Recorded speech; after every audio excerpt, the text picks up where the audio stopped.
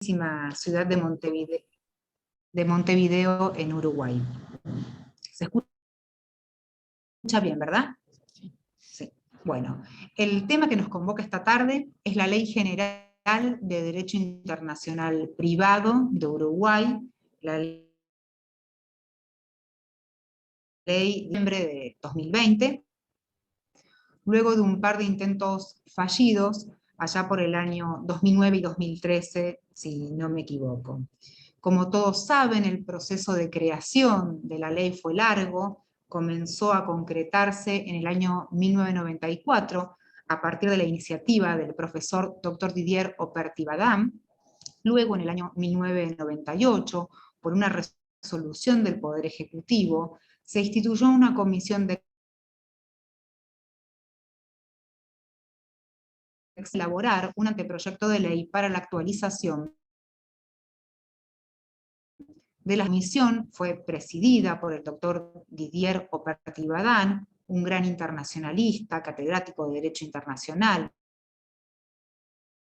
Privado, exministro del Interior, exministro de Relaciones Exteriores, entre otros antecedentes, e integrada además por el entonces director del Instituto de Derecho Internacional Privado, doctor Eduardo Telechea, y por los profesores doctores Ronald Herbert, Marcelo Solari, Cecilia Fresnedo, a quien en breve vamos a tener el placer de escuchar, y la escribana Carmen González. Posteriormente también se integraron a la misma otros expertos. La ley 19.920 está compuesta, como ustedes saben, por 63 artículos, distribuidos en 13 capítulos, que se refieren a los principios generales, al domicilio de las personas físicas, la existencia y capacidad de las personas físicas, al derecho de familia, las sucesiones, las personas jurídicas, los bienes, la forma de los actos y la partición, las obligaciones contractuales y extracontractuales, la prescripción, la jurisdicción internacional y ciertas disposiciones finales. Es una ley aplicable a las relaciones jurídicas que involucran a varios ordenamientos jurídicos y que no están reguladas por convenciones o tratados internacionales. Con esta normativa, Uruguay se suma al proceso de adopción de leyes especiales de derecho internacional privado seguido en América Latina. Pero como ustedes no vinieron a escucharme a mí, sino que, y para no demorar más, le voy a ceder la palabra ahora a Marina para que presente a la doctora Cecilia Fresnedo. Bueno, muchas gracias. Gracias a todos por acompañarnos y sobre todo muchas gracias al doctor Alfredo Soto y Cecilia Fresnedo. Muchas gracias.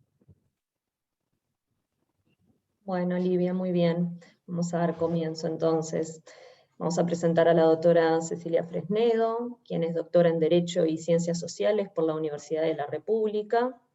Es profesora titular de Derecho Internacional Privado y directora del Instituto Uruguayo de Derecho Internacional Privado de la Facultad de Derecho de la Universidad de la República. Es profesora visitante en diversas universidades e instituciones extranjeras, profesora en la Academia de La Haya de Derecho Internacional 2015, autora de numerosos libros y artículos, representante de Uruguay en diversos foros de codificación del derecho internacional privado, y consultora internacional y árbitro. Sin más, la presentamos a la doctora para que empiece su exposición. Muchas gracias. Muchísimas gracias. Primero que nada quiero agradecer muy especialmente al Centro de Estudios Salvador por organizar este evento tan interesante, y al doctor Alfredo Mario Soto por invitarme a hacer esto que va a pretender ser un diálogo para comparar un poco el derecho internacional privado autónomo uruguayo y argentino, argentino y uruguayo. La doctora Livia hizo una presentación excelente de la ley.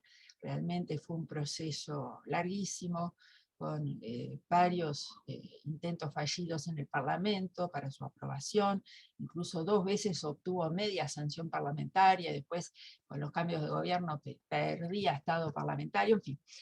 Fue un proceso muy largo, magistralmente liderado, diría yo, por el profesor Operty, que que realmente llevó siempre el liderazgo del grupo y el ánimo, y nunca se dejó en el esfuerzo. Y eso permitió que la ley se aprobara y que entrara en vigor el día 16 de marzo del corriente año. Yo no voy a hacer un análisis exegético, me voy a poner acá el reloj porque así no me paso del tiempo. No voy a hacer, obviamente, un análisis exegético de la ley, además ustedes lo tienen.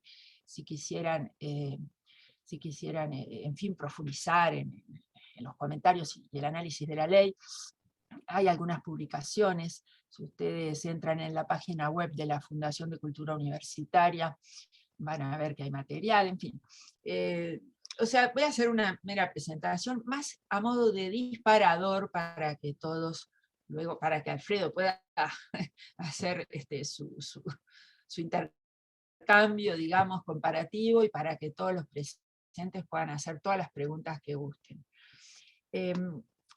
Yo creo que, como comentario general, la ley innova en muchas cosas, pero otras las mantiene. Hay soluciones que las mantienen.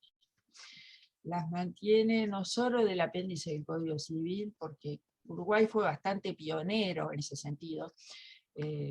Uruguay tenía normas dispersas en el Código Civil, en el Código de Comercio, en el Código de Procedimiento, hasta el año 1941, en que el profesor Álvaro Vargas Guillemet presenta y logra la aprobación de lo que fue luego el apéndice del Código Civil. O sea, una ley de derecho internacional privado, pero que se anexó al Código Civil como apéndice, a pedido de los civilistas para que no le cambiaran todos los números de los artículos. Esa es la anécdota.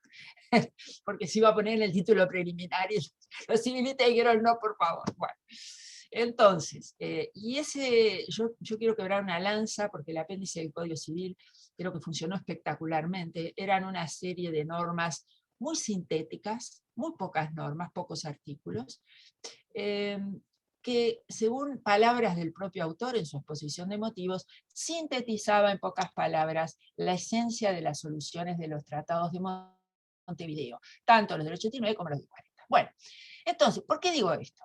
Porque si bien el apéndice fue derogado a texto expreso por la nueva ley, muchas de sus soluciones se mantienen en la nueva ley, ajustadas, por supuesto, ¿no?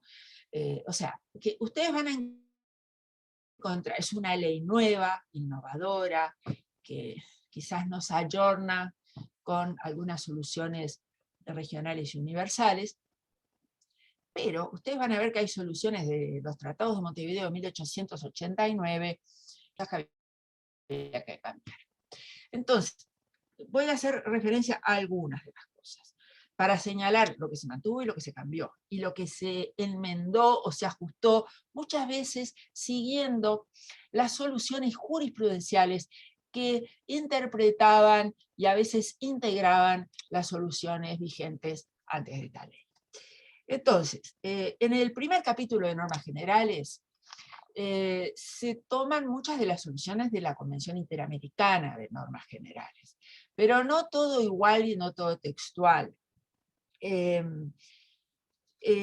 O sea, creo que, y no solo de la Convención de Normas Generales, también de otras convenciones interamericanas, como la de prueba de información acerca del derecho extranjero y otras cosas.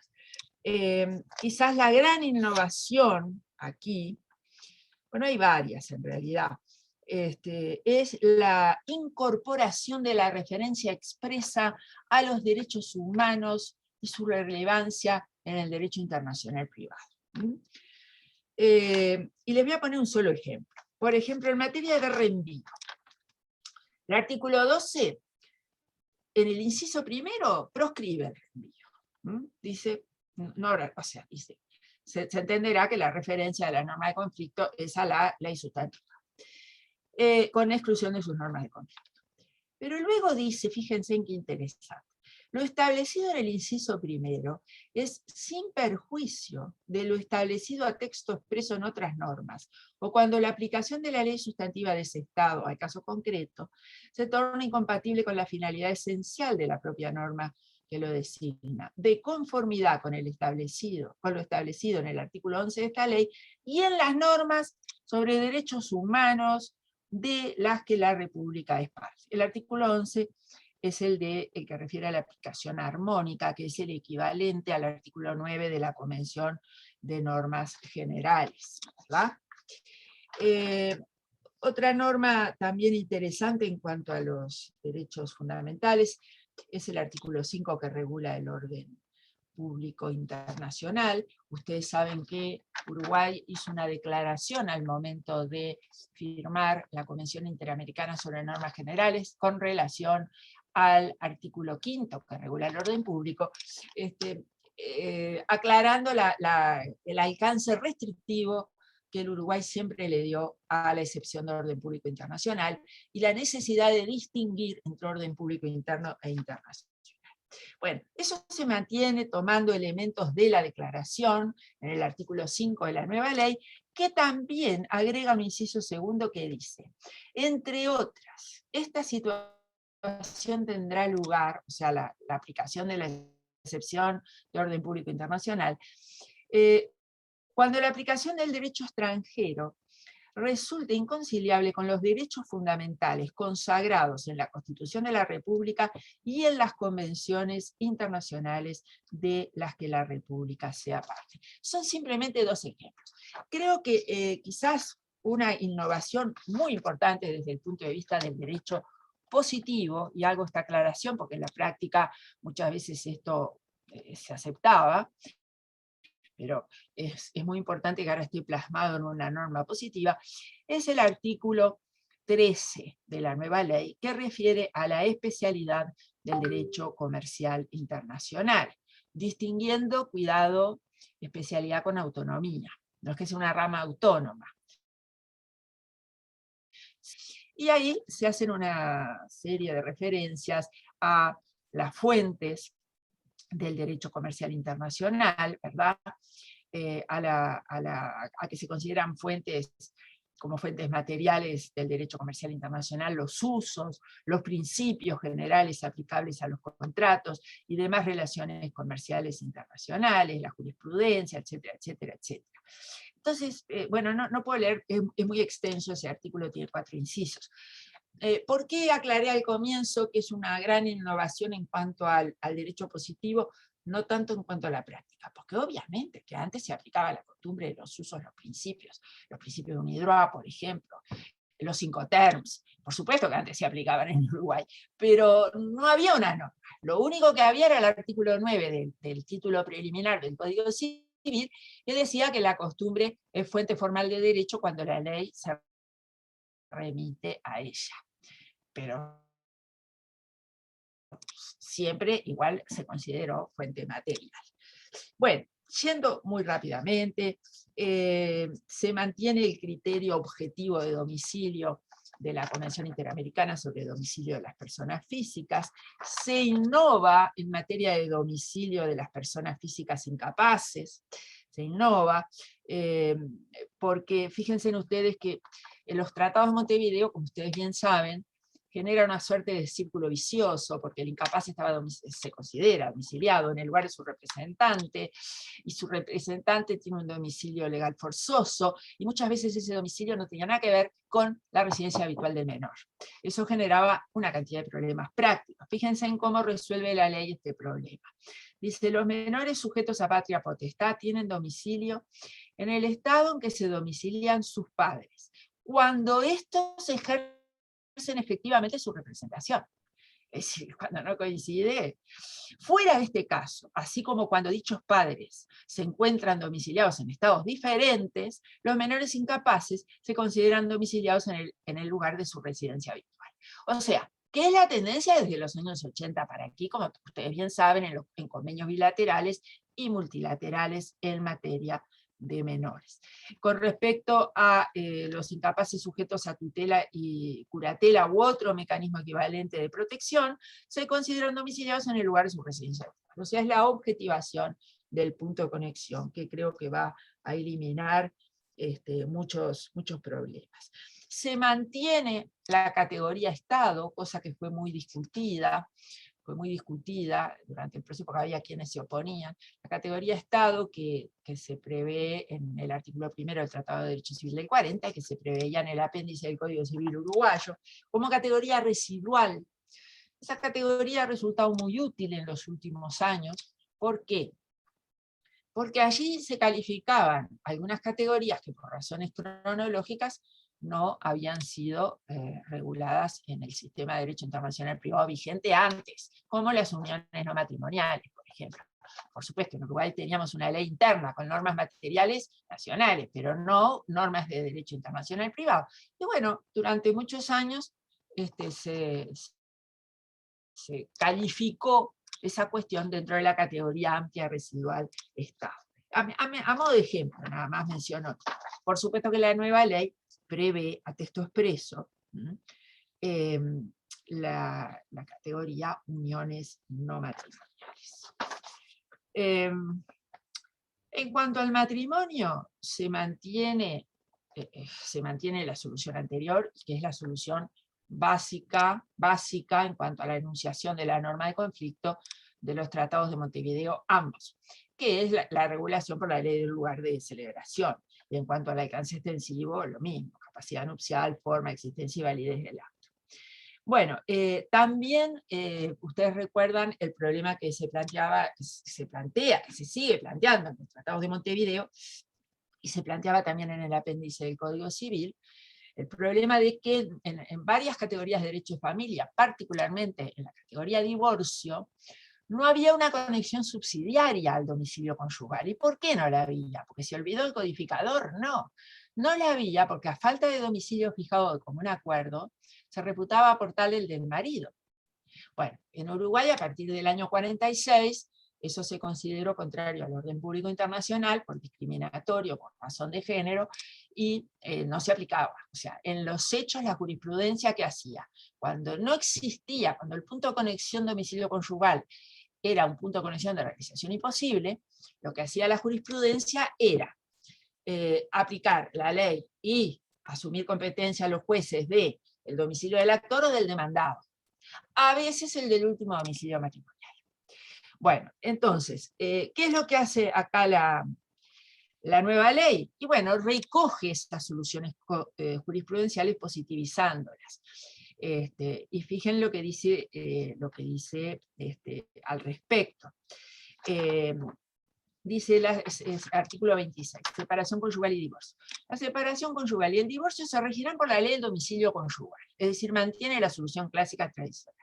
Pero agrega un inciso segundo que dice, cuando los cónyuges tuvieran domicilios en estados diferentes, la separación conyugal y el divorcio se regirán por la ley del estado del domicilio del actor o del demandado a opción del actor, que fue la solución jurisprudencial desde 1946 hasta el 16 de marzo pasado, porque a partir del 16 de marzo eso pasó a ser una norma positiva. Bueno, también hay varias cuestiones, por ejemplo, en materia de régimen patrimonial en el matrimonio, régimen de bienes en el matrimonio, que tradicionalmente, bueno, el apéndice y los tratados de Montevideo, ustedes saben que tiene básicamente la solución del primer domicilio matrimonial, y eso, sobre todo a los escribanos, les generaba muchas complicaciones, porque a veces era muy difícil de acreditar y probar el primer domicilio matrimonial, ¿verdad? Bueno, y entonces la nueva ley agrega soluciones subsidiarias para cuando eso es imposible o cuando no se puede determinar o acreditar. Bueno, pero no me quiero detener tanto, quiero dar un paneo general. En cuanto a la sucesión, básicamente se mantiene la solución plural territorial de los tratados de Montevideo, que era la del apéndice del Código Civil, pero siempre con pequeños ajustes y especificaciones que creo que van a facilitar,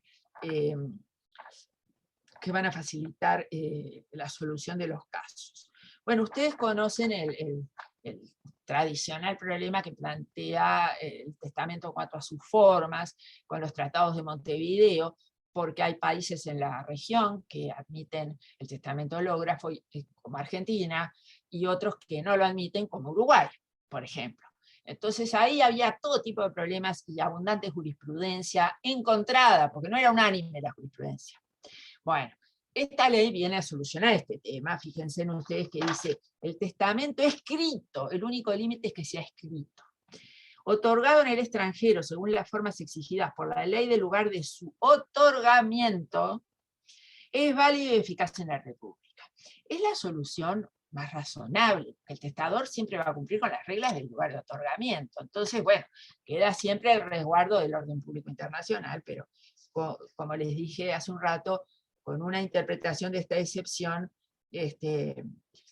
restrictiva. Bueno, en cuanto a personas jurídicas, la ley solo refiere a personas jurídicas civiles. No lo dice así, dice las personas jurídicas de derecho privado se rigen, ¿Por qué digo yo que todos entendemos que refiere solo a las civiles? Porque las comerciales están expresamente excluidas en el artículo 38, que dice las normas contenidas en el presente capítulo, es decir, en el capítulo sobre personas jurídicas privadas, no se aplicarán a las sociedades comerciales, las cuales se rigen por normas especiales. ¿Cuáles son esas normas especiales? Las de la Ley de Sociedades Comerciales, que tiene una sección 16 dedicada a las sociedades extranjeras que pretenden actuar en la República.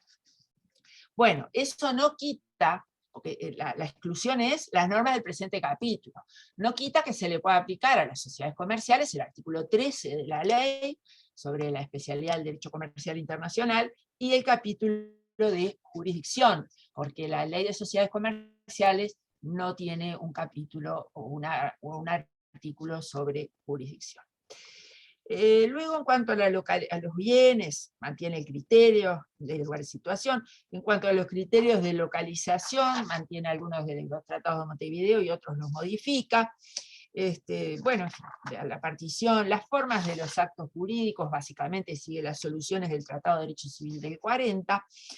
Y otro cambio, acá yo me voy a referir solo a dos cambios muy importantes: contratos y jurisdicción, si les parece, porque yo creo que ya casi se me acaba el tiempo. Alfredo, decime, o chicas, ustedes, no sé, me dicen. Bueno, rápidamente. Se ha hablado mucho de que esto es una revolución copernicana en materia de contratos y qué sé yo, porque Uruguay tenía fama de ser cavernícola y no admitir la autonomía de la voluntad conflictual, entonces esta nueva ley nos pone a tono y admite la autonomía. Eso es una verdad a medias. ¿Por qué es una verdad a medias? Porque lo que hace esta nueva ley es invertir los términos del apéndice. Y les voy a decir por qué. El apéndice del Código Civil establecía que las reglas de competencia legislativa y judicial no podían ser modificadas por la voluntad de las partes, salvo, y ahí está la clave, que la ley competente lo admitiera. Es decir, el artículo 2403 del apéndice del Código Civil era muy similar, no idéntico, al artículo 5 del protocolo adicional a los tratados del 40. Es decir, la regla es que no, pero a veces sí. ¿Y qué es lo que hace la nueva ley? Invierte esos términos. La regla es que sí, pero a veces no. Y los a veces son varios. Más allá de que el sí está enmarcado dentro de un marco jurídico. Entonces, bueno, la internacionalidad del contrato sigue básicamente los criterios objetivos de la Convención de México, aunque Uruguay no es parte de la Convención de México, y dicho sea de paso, paréntesis, yo creo que a partir de la aprobación de esta nueva ley general, no hay ningún inconveniente para que Uruguay ratifique la Convención de México. Lo que pasa es que es una convención que ha tenido mínimo éxito, porque si la aprobara Argentina y Paraguay, por ejemplo, sustituiríamos en gran medida al Tratado del 40, pero la ratificaron solo México y Venezuela. Entonces, yo qué sé, no sé hasta dónde la utilidad de que Uruguay ratifique. Los motivos de Argentina y los de Uruguay fueron diferentes. El de Uruguay era la admisión de la autonomía, punto, nada más que eso. Bueno, entonces, fíjense en ustedes que hay una admisión amplia como regla general de la autonomía. Dice, los contratos internacionales pueden, es facultativo, pueden, obviamente, ser sometidos por las partes al derecho que ellas elijan. Yo acá quiero señalar, y esto es una opinión personal, aunque por supuesto algunos colegas la comparten, otros son un poquito más reticentes, por decirlo de alguna forma. Yo creo que esta formulación exige consentimiento de las dos partes. Exige consentimiento de las dos partes. Si no lo hay, no son las partes las que eligen, sino es una parte la que elige, incluye la cláusula de elección de ley en condiciones generales unilaterales preimpresas, y se las impone al otro que toma o deja el contrato. Entonces, cuidado ahí, esta es una advertencia personal, por supuesto que todavía no hay jurisprudencia al respecto, ni mucho menos, pero yo se los dejo picando porque hay una regla básica en la interpretación de las normas jurídicas que dicen que cuando el tenor literal gramatical de una norma es claro, no cabe desconocerlo para consultar su espíritu. El espíritu de algunos era todo vale. El espíritu de otros, entre los que me incluyo, era vale en ciertas condiciones y dentro de cierto marco regulador.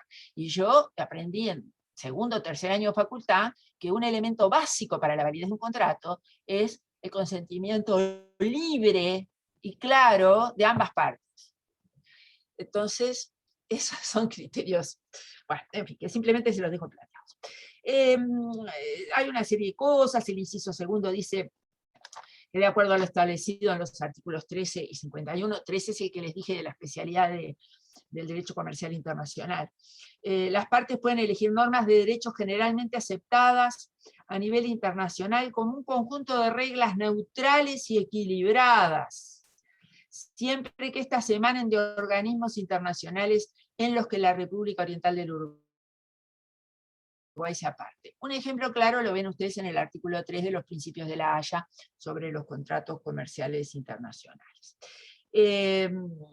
Bueno, excluye expresamente el reenvío en materia de contratos, y luego el inciso cuarto establece básicamente el marco regulador de ese acuerdo de voluntades, requisitos o condiciones para que sea válido. Y dice, el acuerdo de las partes sobre esta elección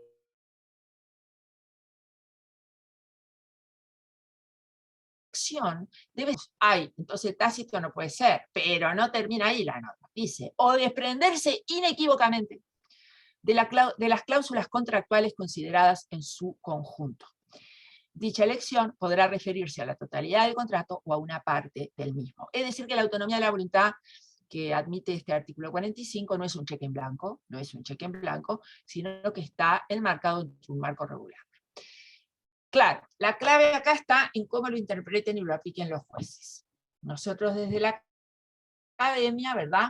Desde la academia me refiero en términos generales, del instituto fundamentalmente, los autores de la ley, lo que hemos tratado de hacer es dar pautas de interpretación.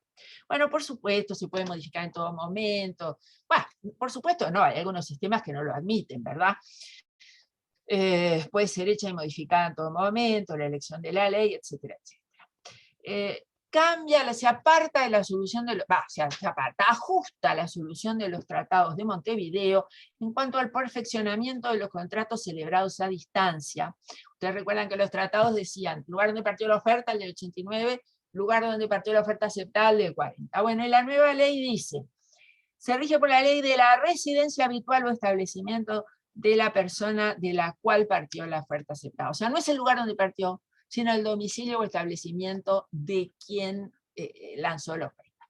Esto tuvo como objetivo favorecer un poco la identificación del lugar del perfeccionamiento del contrato en los contratos electrónicos y todo esto. No es una solución que es abarcativa, que diga, eliminamos todos los problemas, no, pero por lo menos ajustó un poquito ahí la solución de los tratados. Luego el artículo 48 establece la solución subsidiaria, es decir, cuando no existe acuerdo válido. Bueno, se transcriben en forma textual las soluciones de los tratados de Montevideo de Derecho Civil, artículos 34 y 38 respectivamente, el 89 y el 40, que ustedes ya conocen bien y les voy a mencionar.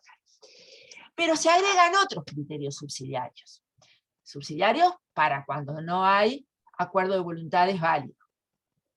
El 49 establece lo que en realidad establecía el artículo 40 del Tratado de Derecho Civil del 40, que es que se rigen por la ley del lugar de celebración, los actos y contratos respecto a los cuales no pueda determinarse la ley aplicable al tiempo de ser celebrados. Y agrega 8, que es tomado de la Convención de México, y pienso que a Argentina no le va a gustar, porque creo que fue uno de los motivos por el cual no ratificó la Convención, y dice que cuando la ley aplicable no pueda ser determinada en base al inciso primero, es decir, la ley del lugar de celebración, el contrato se regirá por la ley del país con el cual presente los lazos más estrechos. Bueno, supongo que ahí tenemos toneladas, miles de toneladas de jurisprudencia estadounidense explicando qué son los closest connections, o lazos más estrechos.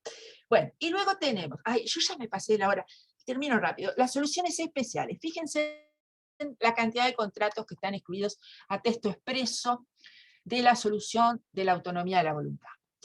Los que modifican, constituyan, modifican o transfieran derechos reales, los contratos de arrendamiento sobre inmuebles en la República, todas las obligaciones contractuales que tienen como objeto cuestiones derivadas del Estado civil, sucesión, testamento, régimen matrimonial, y derecho a familia en general, todo lo que las obligaciones derivadas de títulos, valores, todas las operaciones de venta, transferencia o comercialización de bienes en el mercado de valores, los contratos de relaciones de consumo, todos tienen una regulación especial, o sea, no es que los excluye y los deja liberados al azar, se excluye el régimen general y le da un régimen particular que no les voy a leer porque ya estoy pasada de tiempo. Luego también hay una solución especial para los contratos individuales de trabajo, y se excluyen a texto expreso los contratos de seguros y los de transporte por agua, porque hay 2 leyes bastante recientes especiales. Entonces, más allá de que la ley en las disposiciones finales establece que la ley no, esta es una ley general que no deroga las soluciones especiales, obviamente, pero en estos 2 contratos, seguros y transporte por agua, se hizo referencia expresa a las leyes especiales. Bueno, luego el 51 vuelve, salteo, bueno, está. Poderes, simplemente, en Uruguay, no sé ustedes, desde que se aprobó la Convención de Panamá del 75, es unánime la aplicación de las soluciones de la Convención, aún cuando el otro Estado no sea parte de la Convención. Es decir, viene de Suiza el poder, o viene de cualquier lado, se aplican esas reglas. Eso no es solo una cuestión de práctica, sino que ha sido convalidado por la Asociación de Escribanos del Uruguay. O sea que eso fue así siempre. ¿Qué es lo que hace esta nueva ley? Lo positiviza la solución. Dice, los poderes otorgados en el extranjero para hacer ejercicio en la República se regularán por los artículos 1 a 12, inclusive la Convención Interamericana para Roma. Bueno, y luego simplemente lo planteo. Me parece que una innovación muy interesante fue la ampliación de las bases de jurisdicción directa, en el capítulo correspondiente. Por supuesto que se incorpora la autonomía de la voluntad para los contratos en el artículo 60. En el artículo 60 se dice expresamente que no se aplicará esa autonomía para los contratos del artículo 50, es decir, hay una armonización entre ley y juez, no se puede elegir ley, tampoco se puede elegir juez. Bueno, se define, o sea, no la define, pero la describe a la jurisdicción exclusiva, que siempre generaba problemas prácticos, porque había distintas interpretaciones, qué es jurisdicción exclusiva de los tribunales patrios y qué no es. Se describe, se ponen algunos ejemplos. Bueno, como les decía, se mantienen los criterios que estaban. Los que están en los tratados de Montevideo y los que estaban en el apéndice. Básicamente, criterio hacer y domicilio del demandado, aunque domicilio del demandado se pone en primer lugar. Se mantiene el criterio de los tratados de Montevideo, de que cuando una empresa multinacional actúa en varios países, el domicilio de la sucursal, agencia o filial, o lo que fuere, que actuó en el negocio concreto, es competente, o sea, los jueces de ese país son competentes, y que eso también está tomado en los principios trans-use, ese específicamente está tomado en los principios trans-use. Y luego, bueno, la prórroga post-litem también, la prórroga post-litem con un criterio no como equivalente a autonomía de la voluntad, la prórroga post-litem como cuando el demandado concurre y acepta la jurisdicción ante la cual él el actor presentó la demanda, que no es lo mismo que autonomía de la voluntad. Bueno, y otra cosa muy importante es que incorpora el foro de necesidad en el literal H del artículo 57, aunque con requisitos bastante exigentes para que pueda funcionar el foro de necesidad. Y termino, me pasé como 10 minutos, ¿no? Perdonen el abuso del tiempo de todos ustedes. Quedo a disposición. Bueno, muy bien. Excelente exposición, doctora. Vamos a pasar, por favor, merece. Vamos a pasar al doctor Alfredo Mario Soto, quien va a hacer la segunda exposición, quien es abogado por la UNR, doctor en Ciencias Jurídicas Sociales por la UCA, profesor titular de la UBA, USAL, UNR, UNICEN, UCA, UCES y UCASAL.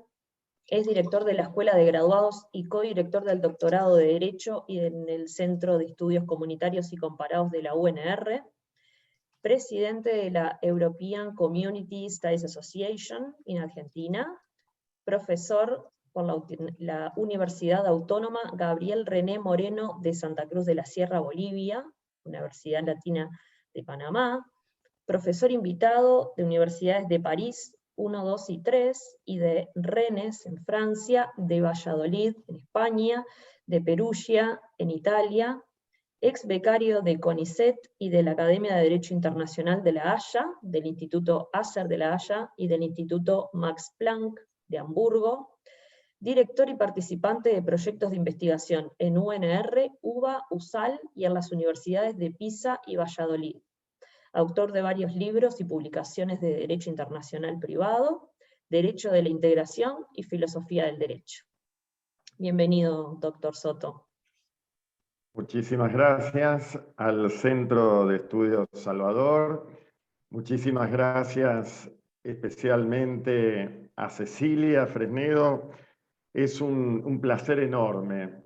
Conozco a la doctora Fresnedo desde hace tiempo, hemos participado más allá de las fronteras argentino-uruguayas en negociaciones de protocolos y acuerdos del Mercosur, que aún algunos de ellos no están en vigencia y que ojalá lo estuvieran.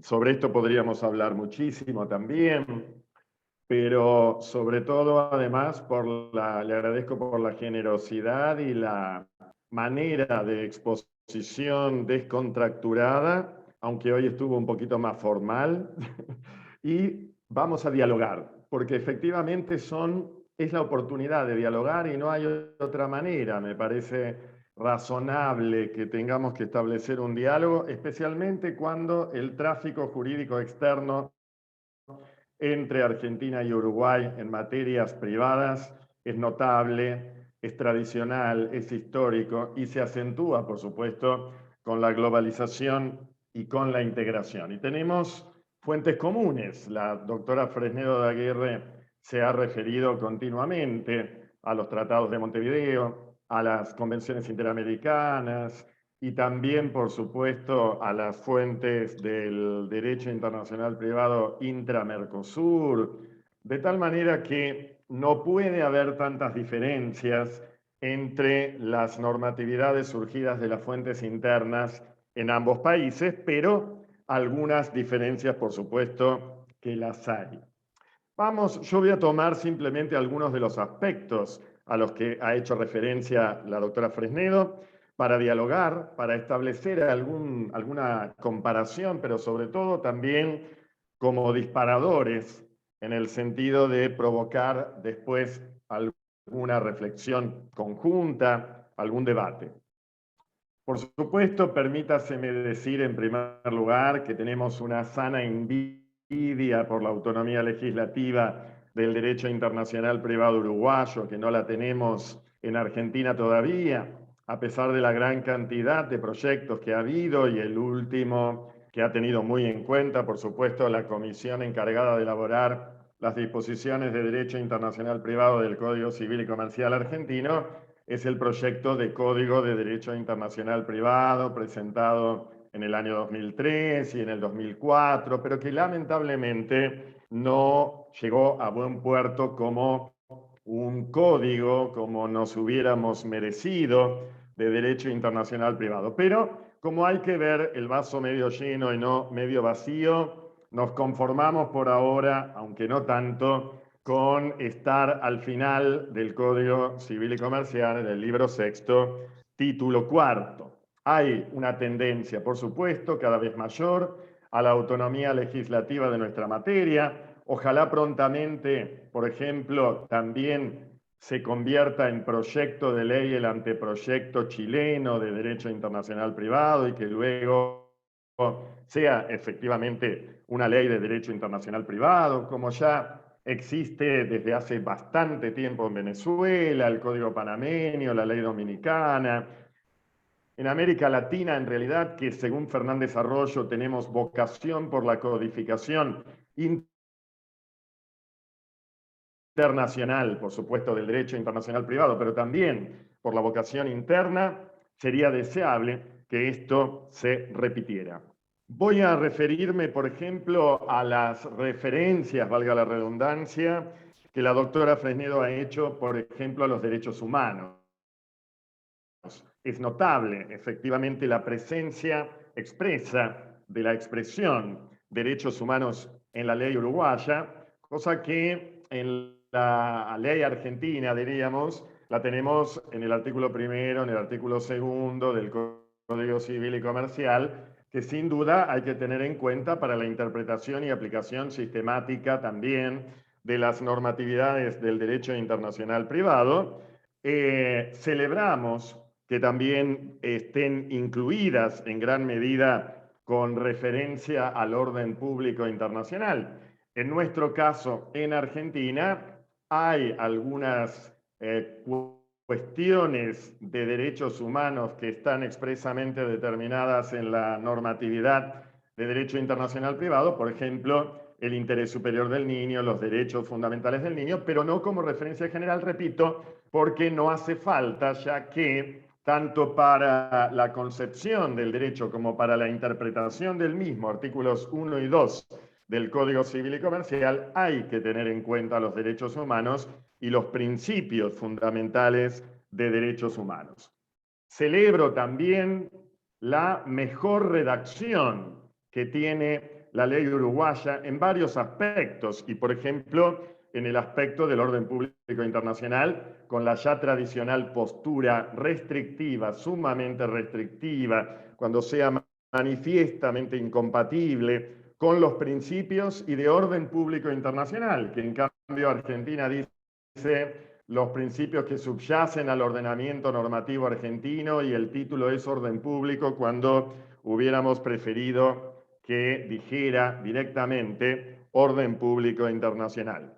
Con relación al domicilio, precisamente de las personas menores de edad, especialmente incapaces, pero en particular menores de edad, compartimos prácticamente la redacción es la misma, pero yo hubiera preferido, sin embargo, que se dijera directamente, de manera más simplificada, en ambos casos, que lo tienen donde tienen su residencia habitual, porque es mucho más próximo, sin duda, a la vida, sobre todo del menor de edad, sobre todo cuando en Argentina tenemos, en el artículo 2613, distinguido entre el domicilio y la residencia habitual, ¿no? El domicilio donde la persona reside y tiene intención de permanecer allí, y la residencia habitual donde vive y establece vínculos durables por un tiempo prolongado.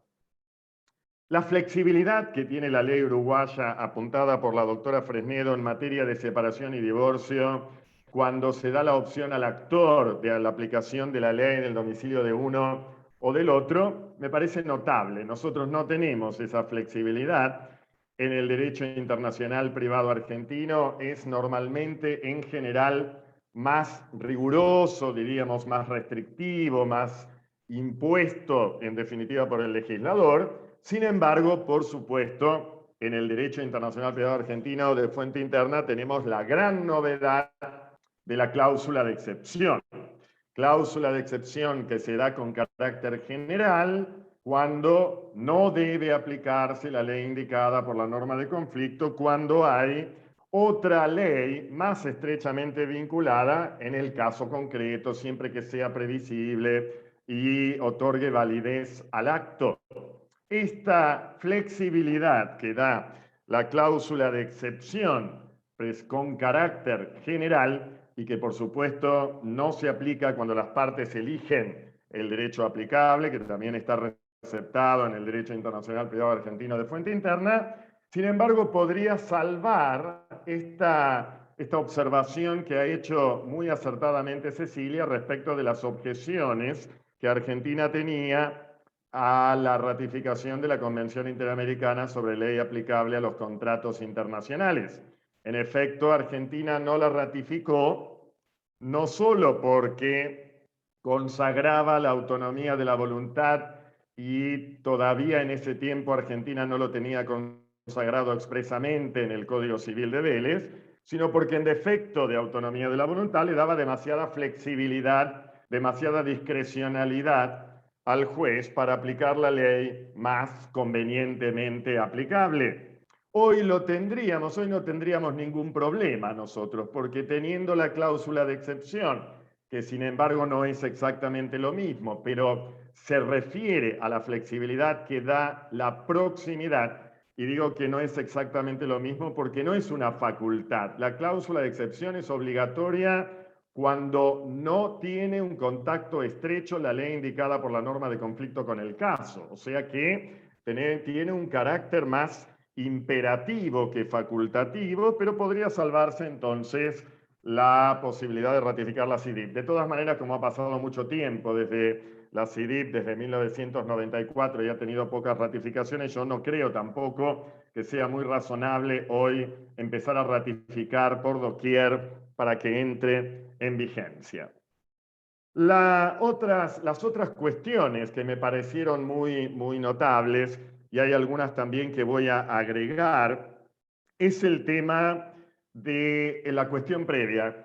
La ley uruguaya tiene previsto expresamente la regulación de la cuestión previa, aplicando la teoría de la equiparación, que nos parece la más justa y la más respetuosa, además de la voluntad de los autores de las normas y de la internacionalidad de la causa, mientras que Argentina no tiene una regla expresa en materia de cuestión previa, posiblemente porque tenemos la tradición de Goldschmidt que decía la cuestión previa es un pseudo problema, no hay por qué, en definitiva, distinguir o no distinguir cuando el legislador no distingue y no aglutina diversas cuestiones. Igual en el artículo 2595 del Código Civil y Comercial, cuando dice si diversos derechos son aplicables a diversas relaciones jurídicas vinculadas con el caso, posiblemente ahí se pueda vislumbrar la aplicación de la teoría de la equivalencia también. O sea que lo celebramos. No celebramos, obviamente, la postura de rechazo del reenvío que tiene la ley uruguaya. Esto ya lo sabe Cecilia. Argentina no es que admitía el reenvío con carácter general, pero había cierta discusión, pero afortunadamente ahora tenemos la postura totalmente contraria a la que tiene Uruguay. En esto hay una gran diferencia. Nosotros aceptamos con carácter general el reenvío, salvo por supuesto cuando las partes eligen el derecho aplicable, en cuyo caso la referencia al derecho aplicable, dice la ley argentina, será al derecho interno. Hubiéramos preferido, como dice la ley uruguaya, al derecho sustantivo, precisamente porque no es lo mismo derecho interno que sustantivo, porque sustantivo también abarca, y me parece muy razonablemente, los tratados, por ejemplo, de derecho unificado, que son de derecho privado internacional. Pero para acercar un poquitito las posiciones en esta materia, me parece que con la cláusula de excepción podemos aminorar las consecuencias de algún modo nocivas que puede tener el reenvío de segundo, tercero, cuarto grado, etcétera, etcétera, que en principio estaría permitido. O sea, si el derecho al que se remite en última instancia la norma de conflicto por el reenvío de segundo grado no tiene una vinculación estrecha con la causa, nosotros no lo vamos a aplicar y vamos a aplicar precisamente otro que tenga una relación muy estrecha. La referencia que hace la ley uruguaya a que aceptará, o sea, la remisión a la ley sustantiva no se dará cuando afecte o cuando contraríe la finalidad precisamente de la norma de conflicto, me parece genial, porque efectivamente siempre tenemos que tratar de hacer lo que el legislador previó, la finalidad última que tuvo el legislador al establecer o al preferir un derecho aplicable en virtud de la norma de conflicto, referida a la armonización, pero que hay que tenerlo en cuenta en todos los casos. También me parece de celebrar la referencia a la especialidad del derecho comercial internacional y sus fuentes que tiene la ley uruguaya y que no la tiene la ley argentina, especialmente porque en el Código Civil y Comercial argentino, al menos yo soy de esa opinión, se tiene cierta desconfianza a los usos y costumbres, y convengamos, y todos lo sabemos, que la costumbre es fuente de derecho en el derecho comercial internacional, y por más que el código sea civil y comercial, es más civil que comercial, en el derecho comercial internacional la costumbre y los usos tienen una gran relevancia. Otra de las diferencias notables que tenemos con Uruguay es en materia sucesoria, porque mientras Uruguay, siguiendo los tratados de Montevideo, en la fuente interna establece también el fraccionamiento, nosotros en cambio tenemos la unidad en principio, aunque hay cierto fraccionamiento cuando se trata de bienes inmuebles situados en la Argentina a los que vamos a aplicar la ley argentina y no la ley del último domicilio del causante, como es la regla general. Pero esto ya era tradicional también en el Código de Vélez Arfield.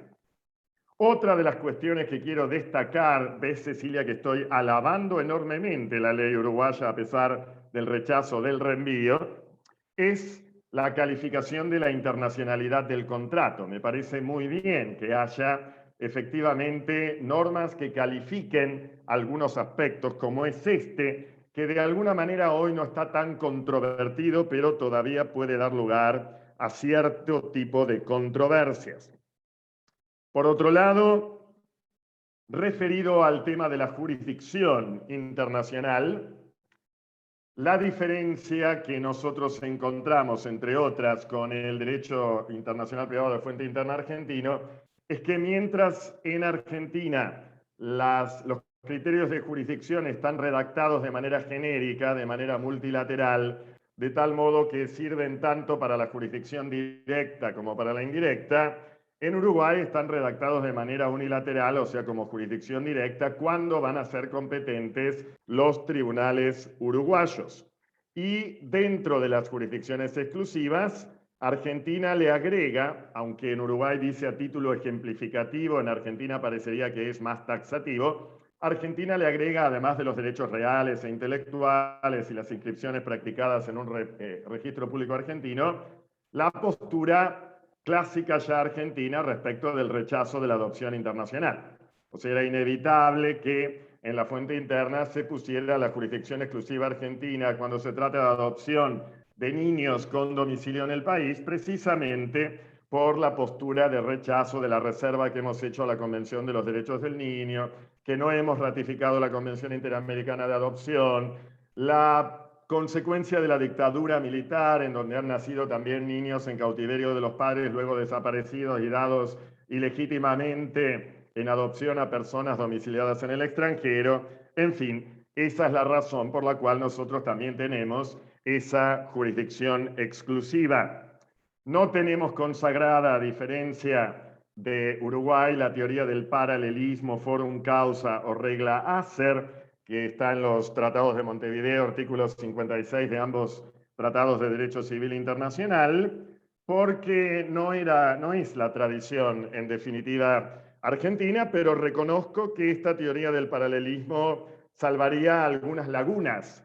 Es formidable para llenar lagunas en materia de jurisdicción, teniendo una regla así general, porque hay más normas de derecho aplicable que de juez competente. En cuanto a la autonomía de la voluntad, también Argentina ha reconocido lo que ya se venía dando en la jurisprudencia en cuanto a derecho aplicable, porque Vélez Arfield no había consagrado la autonomía de la voluntad grande en los contratos internacionales, nosotros la tenemos efectivamente, pero me parece que es mejor la redacción al menos o la incorporación dada por Uruguay, porque hace referencia a que dentro del derecho aplicable también abarca los principios, las leyes modelo, el soft law, cosa que es discutible todavía en Argentina, aunque menos.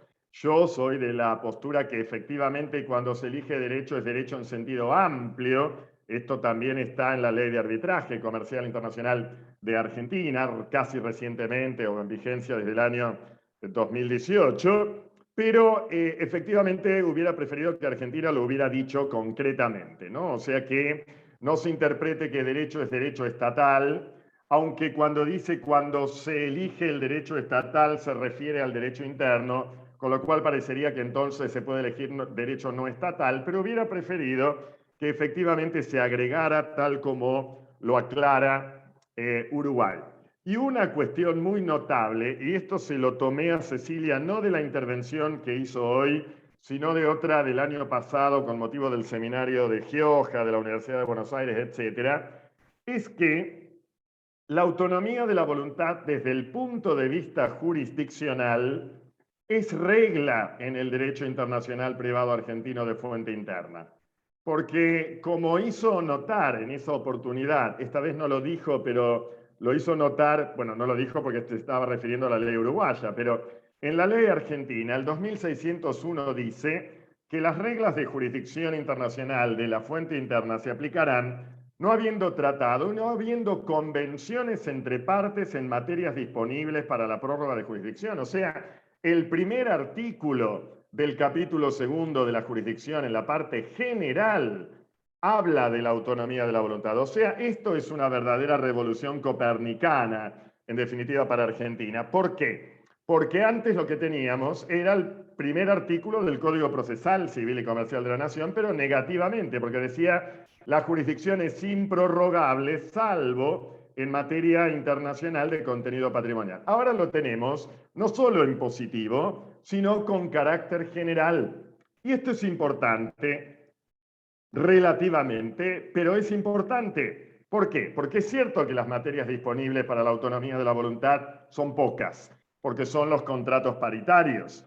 Pero esto ayuda también a decir por qué no admitir la prórroga de jurisdicción ex post facto, post niternatam, en materia de responsabilidad civil no contractual, dado que no está rechazado. Y, por ejemplo, en materia de contrato de consumo, que está rechazada la autonomía anterior, es decir, la verdadera autonomía, el acuerdo de elección de foro o el pacto de sumisión, siendo el contrato de consumo el único contrato especial regulado en el derecho internacional privado argentino de fuente interna, entonces, dado que se rechaza el acuerdo de elección de foro, ¿por qué no admitir la prórroga? La prórroga de jurisdicción expresa o tácita, al menos yo la admitiría. Reconocemos que existe tanto prórroga de jurisdicción expresa como prórroga de jurisdicción tácita en el derecho internacional privado argentino, es decir, si el demandado no se presenta, no contesta o no interpone la declinatoria de competencia, también está configurada esta prórroga de jurisdicción, cosa que aparentemente no lo está en el ámbito del derecho internacional privado uruguayo de fuente interna. Luego también me parece muy bien la fórmula que viene de los protocolos, del Protocolo de Buenos Aires de jurisdicción contractual de Uruguay, que habla de que en el caso de la autonomía de la voluntad desde el punto de vista jurisdiccional, no tiene que haber sido obtenido de forma abusiva. Esto no lo tenemos en Argentina, yo creo que deberíamos tenerlo, aunque no lo tengamos expresamente, por supuesto, también el juez va a controlar que no haya sido obtenido de manera abusiva, pero siempre es mejor por un carácter ponerlo, ¿no es cierto? Por un carácter tuitivo y porque además hay una tendencia en nuestros países a que si no está puesto en la ley, entonces no lo aplico y por lo tanto no lo voy a tener en cuenta. Y la otra diferencia, y con esto voy terminando para dar lugar a diálogo y a debate, etcétera, la otra diferencia es en el perfeccionamiento de los contratos a distancia, porque nosotros, en cambio, mantenemos la postura del Tratado del 40, que era distinta a la de Vélez Sarsfield, que era muy complicada, que es la del lugar de donde partió la oferta aceptada, y esto es una diferencia con la ley uruguaya. En fin, estamos de festejo, porque siempre que uno puede dialogar, y sobre todo con juristas tan destacadas como la doctora Cecilia Fresnedo y tan generosa, además, uno tiene que celebrar, y ojalá que lo podamos seguir celebrando muchísimo. Nuevamente agradezco al Centro de Estudios Salvador, a la doctora Lidia Uriol, además, por la presentación, y ahora seguramente que vamos a tener un rico debate con graduados y graduadas, estudiantes y también miembros de la comunidad académica, de las cátedras nuestras, que estarán ansiosos por debatir y preguntar. Muchas gracias. Bueno, muchas gracias.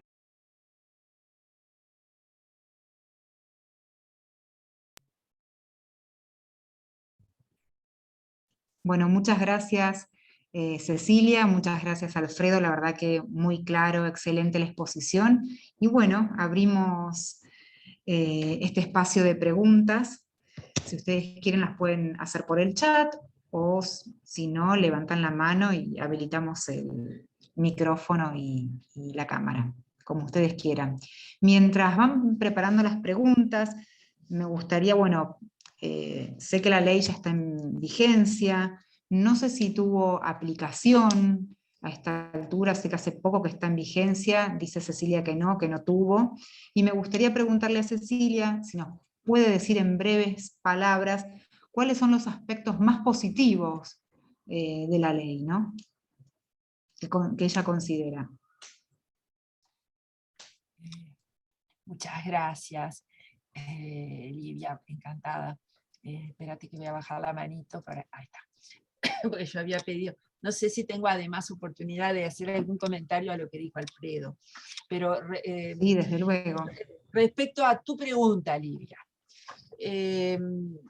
yo creo que los ajustes en la teoría general van a ser útiles, aunque siguiendo a Neumann y a algún otro autor, en Uruguay siempre se consideró que la Convención de Normas Generales era una convención de aplicación erga omnes y que se aplicaba siempre que el juez que estaba entendiendo en el asunto perteneciera a un país ratificante.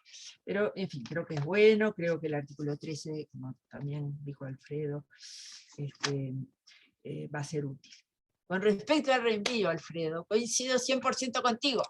Y te voy a decir que en el año 1994, cuando empezamos a trabajar, yo había hecho un informe todo de por qué sí había que admitir el reenvío, incluso a veces en materia contractual. En Uruguay hay algunos ejemplos jurisprudenciales que muestran cómo el reenvío puede permitirle al juez cumplir con el mandato del artículo 9 de la Convención de Normas Generales, que es el artículo 11 en la nueva ley general, y es realizar las políticas legislativas que subyacen a las normas y llegar a un fallo justo en el caso concreto. Eso, nadie dice que sea la regla, es un recurso, es un escape device, como dicen los americanos, un mecanismo de escape, de ajuste, no es para usarlo todos los días, pero prohibirlo así porque así, bueno, ese fue un tema de muy ardua negociación en el grupo de trabajo, con idas y venidas, y bueno, así quedó. Pero creo que, como tú bien dijiste, Alfredo, el inciso 2, creo que amortigua. Bueno, siguiendo con la pregunta de Livia. Eso en cuanto a la parte general. Y ya te agrego, Alfredo, que así como en Argentina Goldschmidt estaba medio contrario a la cuestión previa, aquí en Uruguay Alfonsín se preguntaba si era realmente un instituto autónomo de la teoría general o si lo podíamos subsumir dentro de otros institutos como la calificación y el reenvío. En fin, lo planteaba ahí. Creo que en realidad lo que está diciendo la nueva ley es que cada cuestión debe calificarse en la categoría que le corresponde, no importa si es la cuestión principal o una cuestión previa. Bueno, no importa. En cuanto a las grandes ventajas, bueno, En materia de familia creo que hay cosas muy buenas, todo lo que tiene que ver con el domicilio, aunque coincido con la observación de Alfredo en cuanto a la redacción. A veces estas redacciones así un poquito, a veces alambicadas, responden a que no la redactó una persona, sino un grupo, y que se negoció, y que se discutió, y que yo qué sé, bueno. Después, una cosa que no mencioné, que bueno, todo lo que es protección de incapaces creo que se mejoró mucho lo que pasaba antes, ¿no? Una cosa que no mencioné en la primera parte fue la regulación como categoría autónoma de la afiliación. No solo como categoría autónoma, sino como categoría única. Bueno, algunos de ustedes quizás sepan, porque yo lo he escrito, lo he desarrollado, yo creo que los artículos sobre filiación de los tratados de Montevideo han devenido nulos y sin ningún efecto en virtud de la Convención de Viena de Derecho de los Tratados, porque contravienen normas de jurisdicción internacional.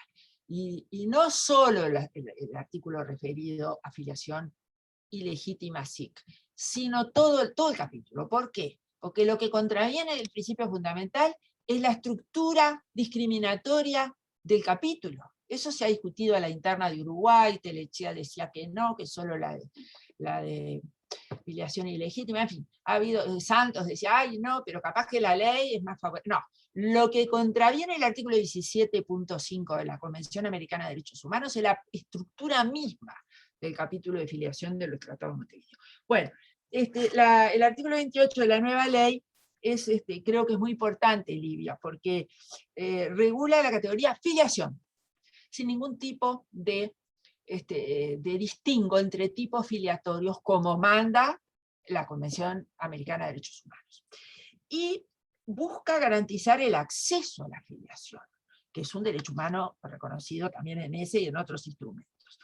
Entonces, fíjense ustedes, también ahí se discutió, porque habíamos manejado la fórmula que a mí me gustaba más personalmente, que fuera que la afiliación se rige por la ley del domicilio de los padres o de los progenitores al tiempo del nacimiento del hijo. Pero también quiero recordar que en el grupo de trabajo, como ustedes pueden inferir de la lectura de los nombres, hay personas de distintas generaciones, con algunas posturas un poco más, en fin, conservadoras, o yo qué sé. A mí me hubiera gustado más poner de los progenitores, o de los padres. Pero se puso así. Ahora, si hubiera terminado ahí, hubiera sido absolutamente insuficiente y criticable. Luego se agregó, en su defecto, o sea, falta de domicilio conyugal, se rige por la ley del domicilio de la madre al tiempo del nacimiento del hijo. Esa fórmula es mía. Me han tirado con de todo, tomates y de todo. Y eso en un grupo que, como ustedes habrán podido apreciar, mayoría absoluta de hombres. Entonces yo le dije a los señores del grupo, si el padre no está con la madre al tiempo del nacimiento del hijo, a llorar al cuartito. No sé si ustedes usan esa expresión. Quiere decir no sé qué. Y no solamente si está en el mismo país, tiene que estar en la sala de partos. Eso no lo pusimos en la ley, obvio. Pero esa era mi idea. Me han dicho de todo. Sobre todo el profesor Santos, lo tiene escrito por ahí. ¿Y por qué? Porque aquello de la madre cherta, ella no es más. Porque ahora tenemos todas las formas de reproducción humana asistida, de gestación por subrogación y todas esas cosas. La respuesta que le di, no solamente yo, sino todo el grupo de trabajo, porque él no lo integró el grupo de trabajo, fue que todo ese tema de las técnicas de reproducción humana asistida y gestación por subrogación y todas las variantes científicas y demás que existen en el mundo hoy, tienen que ser objeto de una ley especial y no de una ley general como esta. Es un tema súper sensible. Ustedes tienen gente brillante de Argentina trabajando en La Haya, como son Nieve Rubaja y Mercedes Albornoz, y ya saben las dificultades que hay para lograr una regulación. Bueno, en Uruguay este año presentamos al Parlamento, el Instituto Uruguayo de Derecho Internacional Privado presentó un proyecto de ley de Derecho Internacional Privado al respecto. Es muy embrionario, no sé si saldrá, no saldrá, o qué sé yo, pero bueno. La idea es normas especiales, porque la ley que tenemos es una ley de derecho material interno, que no tiene normas de conflicto, que no prevé los casos internacionales. Bueno, y luego fíjense en ustedes, que dice, sigo el artículo de filiación el 28, sin perjuicio de lo anterior, la filiación puede también determinarse, es decir, que no son subsidiarios, coexisten todos estos criterios, indistintamente, conforme a la ley del Estado de su residencia habitual si la persona de cuya filiación se trata es menor de edad, conforme a la ley de su domicilio si la persona de cuya filiación se trata es mayor de edad, conforme con la ley del Estado del domicilio del demandado o la del último domicilio de si ha fallecido. En fin, la idea fue ampliar los criterios para facilitar el acceso. Bueno, esa solución, Livia, yo creo que es muy interesante. También creo que es interesante, bueno, es el artículo anterior, el 27, la regulación como categoría autónoma de la categoría uniones no matrimoniales. Bueno, no voy a referirme a todo eso. Y bueno, creo que en materia de contratos, la inclusión de la autonomía es una vieja lucha en Uruguay, lucha entre sector a favor y sector en contra. Quizás yo quiero creer que la solución incorporada a la ley es suficientemente garantista como para no permitir abusos por la parte contractualmente más fuerte, creo que es así lo hemos interpretado con algunos otros colegas y creo que va a ser así. En cuanto a la jurisdicción, creo que es bueno amplió las bases de jurisdicción en cuanto a las normas de fuente interna, porque por ejemplo todo lo del domicilio de la sucursal, la agencia y demás, estaba en el Tratado de Montevideo, pero no en el apéndice, en fin. Amplió las bases de jurisdicción, estableció soluciones especiales que se agregan a las generales para algunas categorías, y creo que el haber regulado a texto expreso el foro de necesidad, creo que es muy bueno a pesar de que está regulado en forma bastante exigente y restrictiva. No sé, Alfredo está pidiendo la palabra. Yo quería decir una cosita, quería hacer algunos comentarios de lo que tú dijiste, Alfredo. ¿Tú me permitís? ¿Livia me permite o no? Lo más breve posible, porque queremos escuchar a todos, ¿no? Pero como fue señalando él algunas cosas, la ley no regula la adopción internacional, pero no porque se olvidó, porque no, porque está regulada en el Código de la Niñez y la Adolescencia. Entonces, es una ley especial y no se reguló en la ley general.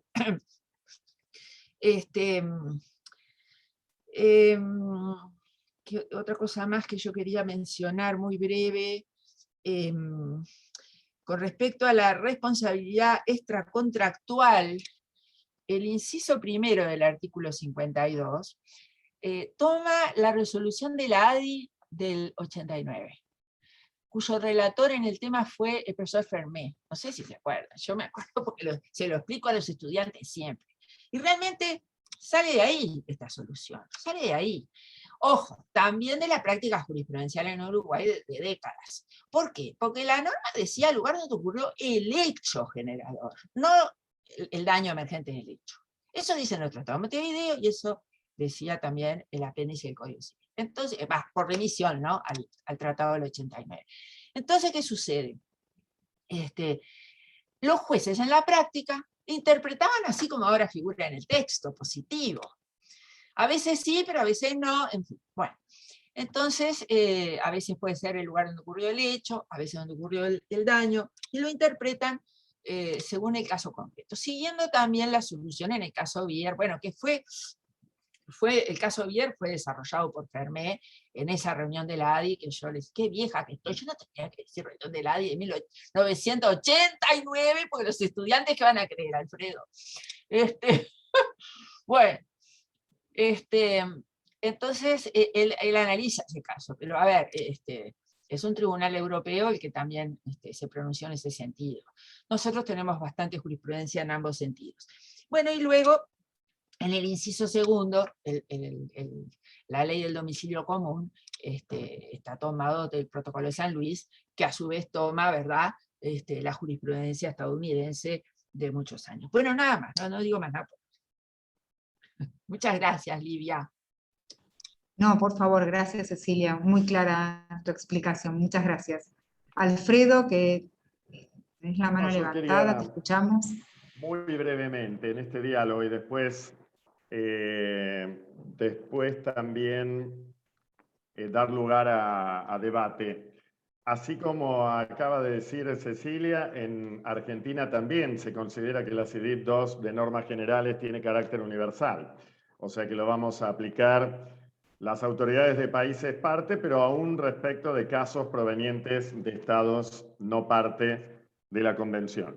Con relación al reenvío, como el reenvío, claro, es muy caro a mis sentimientos, celebro que coincidamos bastante, Cecilia, y me haces acordar a cuando yo defendí justamente mi tesis sobre el reenvío hace 23 años, yo era mucho más joven y por supuesto que soy más grande que vos, Cecilia, pero la cuestión es que en ese tiempo yo también decía, en contratos, aún cuando las partes eligen el derecho aplicable, ¿por qué vamos a rechazar en principio el reenvío? Pero claro, 23 años han pasado y yo ahora estoy más maduro. Es como cuando uno se enamora al principio, cuando es demasiado adolescente o joven, tiene un amor extremado, ilimitado. Yo, cualquiera que me tocaba el reenvío en ese momento saltaba, me ponía muy mal. Ahora no, ahora comprendo que hay ciertas limitaciones al reenvío porque, bueno, uno ha madurado como se madura. Menos mal, porque si no hubiéramos madurado, hubiera pasado el tiempo efectivamente en vano. Por otro lado, es interesante también la vinculación que decís hacía Alfonsín, Quintín Alfonsín, respecto de la cuestión previa con las calificaciones y el reenvío, porque acá también hay una escuela, digamos, de Antonio Boyano que de alguna manera también lo ha vinculado la cuestión previa a las calificaciones y el reenvío. En cuanto a la calificación de domicilio, residencia habitual, etcétera, que nosotros tenemos en el Código Civil y Comercial, es como dice Cecilia, además, cuando se negocia un texto, muchas cosas se ponen entre corchetes y se dejan para adelante para seguir negociando, y de repente llega el momento que hay que liberar los corchetes, porque hay que presentar el trabajo, y sale como sale. Entonces, ahí salió, por ejemplo, en el caso del Código Civil y Comercial, soluciones que me parecen no demasiado satisfactorias, aunque es bueno tener alguna calificación autónoma. Con relación a los poderes, me parece excelente que esté regulado en Uruguay. Lamentablemente nosotros no lo tenemos regulado en la fuente interna, pero adoptamos también los criterios de la CIDIP de poderes. Con relación a la afiliación, simplemente decirte, Cecilia, para tu tranquilidad, que yo estuve presente en la sala de partos de mis 4 hijos. Estuve siempre ahí y por lo tanto soy un padre que al menos en ese momento ha estado presente. Han sido además afortunadamente todos partos naturales y he estado ahí presente, soportando también a la madre que por supuesto me odiaba en ese momento, como suele suceder en esos casos por el sufrimiento que tiene la mujer. El domicilio, esto me había quedado de antes. Es discutible, esto sería para debatir mucho, ¿no? La solución del Tratado de Montevideo del 89 respecto del régimen de bienes en el matrimonio, el domicilio del marido al momento de la celebración del matrimonio en defecto del domicilio común. Acá también se ha discutido si es discriminatorio o no. Y esto tuvo lugar, esta discusión, sobre todo ahora teniendo en cuenta, por supuesto, la perspectiva de género como una cuestión de orden público internacional. Daría lugar indudablemente a mucho debate. Porque claro, uno piensa que el domicilio del marido en ese momento era protector de la mujer porque efectivamente era el marido el que fijaba el domicilio y entonces para evitar que hubiera una especie de fraude, que cambiara el domicilio y burlara los intereses de la mujer. Hoy en día hay que leerlo, por supuesto, en otros términos y posiblemente en términos de perspectiva de género sea discriminatorio y por lo tanto contrario, diríamos, al orden público internacional. Con relación a la filiación asistida y a la fecundación in vitro, etcétera, y la subrogada, la única referencia que Argentina ha hecho en el Código Civil y Comercial en la parte internacional privado es que los principios de los casos nacionales, o sea, del resto del Código Civil relativos a este tema, deben ser ponderados junto con el interés superior del niño como principios de orden público internacional y como tales hay que ponderarlos. A veces prevalecerá más uno, otras veces otro, etc. Y por último, con relación a la responsabilidad civil no contractual, que así nosotros la tenemos calificada, celebramos también que se hayan adoptado las fórmulas, como también en Argentina, del protocolo de San Luis y la responsabilidad objetiva, o sea, la responsabilidad por los daños en cuanto a la ley aplicable, rígidamente se aplicará en Argentina, como en Uruguay, el derecho del lugar donde produce los daños directos, y en materia de jurisdicción hay pluralidad de opciones, hecho generador, daño directo, etcétera, etcétera. Pero bueno, daría para mucho más. Estoy fascinado con este diálogo y con esta jornada, pero seguro que hay mucha gente que quiere decir algo, así que me voy a silenciar por el momento.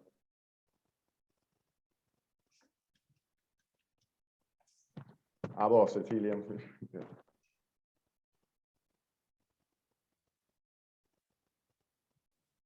Se quieren ir todos, nadie quiere decir nada. No sé qué está pasando. Son muy tímidos, me parece que son muy tímidos. Vamos A lo chicos, mejor- los estudiantes, adelante los estudiantes, quiero preguntas de ellos. Los demás también, por supuesto. Efectivamente. Ya vieron que yo no soy formal y rígida. Por más que hoy me contuve bastante, ¿viste? Pero Por como eso tú dije dijiste, al principio como que tú habías dijiste, tenido... pero no soy nada formalista, ¿vieron? Entonces, me encantaría que me hicieran... Otro tema interesante para debatir otro día es el tema del contrato de transporte, sobre lo cual la doctora Fresnedo es experta también, por supuesto, hemos negociado algo en el Mercosur, y el tema del derecho marítimo, el foro Marresti y el foro de garantía, esas cosas que son también tan significativas en el tráfico fluvial, ¿no? Y de la navegación en general. Pero Y que en bueno, escapa a la ley. Argentina, sí, lo excluye expresamente y lo que no está excluido por ser normas especiales.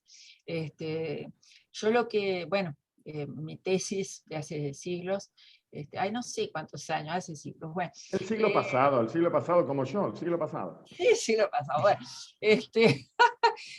Mi tesis fue sobre la autonomía de la voluntad en la contratación internacional, y yo en la investigación, con un poco de derecho comparado, de alguna cosa, pero yo me acuerdo que yo llegué a la conclusión, ahora capaz que varía un poco alguna cosa, que en Argentina había como una doble personalidad en los juristas, porque los internacionales privatistas y los maritimistas eran antagónicos totalmente. Para los maritimistas la autonomía de la voluntad era Satanás, y la tienen prohibida en la ley de navegación. Está el famoso caso Conte con Ibarra del año 36, si no me falla la memoria, donde alguien muy patriota y consciente de cómo funciona la cosa en ese tema, en esa área, dijo: si el contrato de transporte marítimo tiene como destino final el puerto de Buenos Aires, se aplica la ley argentina y son competentes los tribunales argentinos, punto, y se terminó. Nada de tribunales ingleses y ley inglesa y yo qué sé qué cuerno, como dicen todos los conocimientos de embarque. Ese era el tipo que sabía. Bueno, y claro. Por favor. ¿Qué pasó? Bueno, entonces, no, lo que yo quería decir es que yo detecté esa especie de dicotomía absoluta. En cambio, los internacionales privatistas son autonomistas desde la médula. Es más, en el segundo Congreso Sudamericano, fue una cosa, no, eran unos señores muy formales en aquella época, y no se agarraron a golpes de puño, pero Argentina quería la autonomía y Uruguay no. Entonces, bueno, al final, yo qué sé. Al final quedó el artículo 5 del protocolo adicional, que me parece bastante ponderado y ecuánime. Ahora, como hablábamos en la reunión preparatoria de este evento, que tú, Livia, me dijiste que lo trajera y no lo traje hoy, porque había tanta cosa. Fíjense en ustedes que a partir del 16 de marzo, o sea, el día que entró en vigor la ley general en Uruguay, esa frase del artículo 5 del protocolo de los adicional a los tratados del 40, cuando dice que no se puede modificar las reglas de competencia legislativa y judicial, salvo que la ley competente lo autorice, bueno, ahora, tanto cualquiera de los 3 estados miembros del Tratado de Derecho Civil del 40, el comercial, o sea, Argentina, Paraguay y Uruguay, admiten la autonomía de la voluntad conflictual. Ahora, esa autonomía será admitida o no en el marco regulador del Estado cuya ley resulta aplicable. Es decir, si la ley aplicable es la Argentina, bueno, valdrá la cláusula siempre que la cláusula cumpla con los requisitos más o menos exigentes de la ley argentina. Lo propio si pasa en Paraguay o en Uruguay. O sea, creo que eso es algo a destacar. Porque es un cambio. Yo lo comparto eso, y además también antes de que se introdujera la autonomía de la voluntad en Argentina, también se discutía si la ley del lugar de cumplimiento acepta la autonomía de la voluntad o no, y por ahí se confundía, claro, la autonomía chica con la autonomía grande del derecho internacional privado en los contratos internacionales. Ahora está claro. Ahora está clarito. Ahora está muy claro. Bueno, una diferencia interpretativa que tenemos entre Uruguay y Argentina, creo que en Argentina, yo lo he leído del profesor Boyano, no lo he leído, no recuerdo haberlo leído de otros profesores.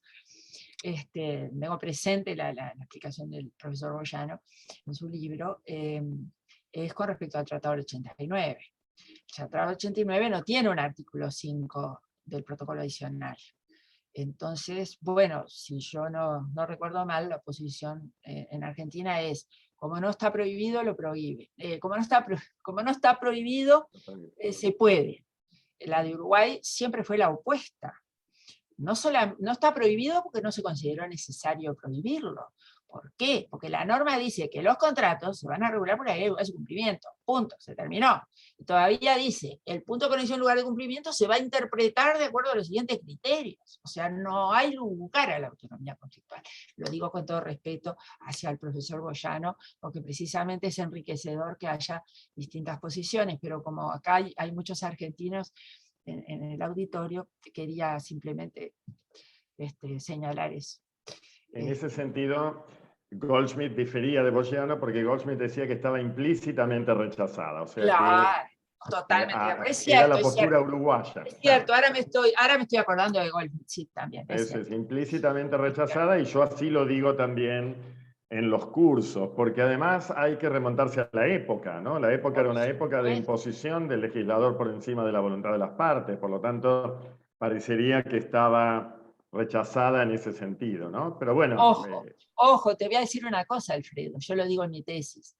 El proyecto de Código de Derecho Internacional Privado elaborado por Gonzalo Ramírez, que fue la base, que luego se desgajó por materias y quedaron los 8 tratados y el protocolo adicional, ¿verdad? Pero el artículo 6 hacía referencia a la autonomía, citando a Savigny, pero luego él entiende que no cabe. Además, ustedes, no sé si recuerdan un poco lo que decía Savigny. Savigny decía, yo lo digo en el curso y siempre se lo digo a los estudiantes, Savigny en su libro, Sistema de Derecho Romano Actual, él decía que una cosa era la sumisión voluntaria y otra la autonomía de la voluntad. Distinguía claramente. La sumisión voluntaria, bueno, si un ciudadano argentino se compra un apartamento en Punta del Este, está aceptando someter todas esas cuestiones de los derechos reales al derecho uruguayo, es obvio, ¿no? Bueno, si yo me paso a domiciliar a la China, bueno, voy a tener que aceptar muchas cosas del derecho chino. Eso es la sumisión voluntaria. Y la autonomía de la voluntad, dice textualmente, Savigny, palabra más, palabra menos, que era una concesión que se hacía a algunos, como ser la nobleza y las grandes corporaciones. A la nobleza no sé, pero a las grandes corporaciones es la que beneficia esto. ¿Por qué? Porque son las que tienen el poder de imponer lo que se les canta. Y los demás, chiquitos acá, chiquitos, calladitos, take it or leave it. ¿Adherimos o no contratamos? Bueno, esa es la famosa autonomía de la voluntad que tanto le gusta a la mayoría de la gente, a mí no tanto, y veremos cómo resulta en Uruguay el cambio. Claro, es decir, a mí la autonomía de la voluntad que implica 2 partes sentadas una enfrente de la otra en una mesa negociando, me encanta. Pero eso ¿saben qué es? Blancanieves y los 7 enanitos. Eso no existe. Lo que existe en el comercio internacional son los contratos de adhesión, los contratos formularios, las condiciones generales unilaterales y todo lo demás. Y ahí no me gusta la autonomía de la voluntad. Ahí no me gusta. Entonces yo les pregunto a ustedes, ¿qué diferencia hay cuando yo, consumidora, compro un paquete, compro un crucero de una aerolínea de cualquier país, de Uruguay no, por supuesto, no. Los pequeños países no tienen cruceros, no tienen empresas que ofrecen cruceros. Pero supóngase, americana, una línea americana o europea, de donde se les ocurra a ustedes. Compro mi paquete. ¿Ustedes alguna vez, yo lo hice por lo menos un par de veces, después cuando uno va al camarote se encuentra que arriba de la cama le han dejado un alto así de papeles, que son las condiciones generales? Que no firmé, por supuesto, pero al subirme al barco consentí. ¡Ay! Me subí al barco y consentí. Bueno, lo único que le falta decir a esas condiciones generales es que si al capitán se le ocurre me tira por la borda al agua. Es lo único que le falta decir. Pero viva la autonomía. Y además dice que si quiero reclamar, tengo que ir a reclamar a Nueva York, desde Montevideo, ¿no? O a Dinamarca, o a Rotterdam, o yo que sé a dónde. A donde diga, a donde tenga la sede principal. Bueno, entonces ahí a mí me protege el derecho al consumidor, ¿verdad? Estamos todos de acuerdo.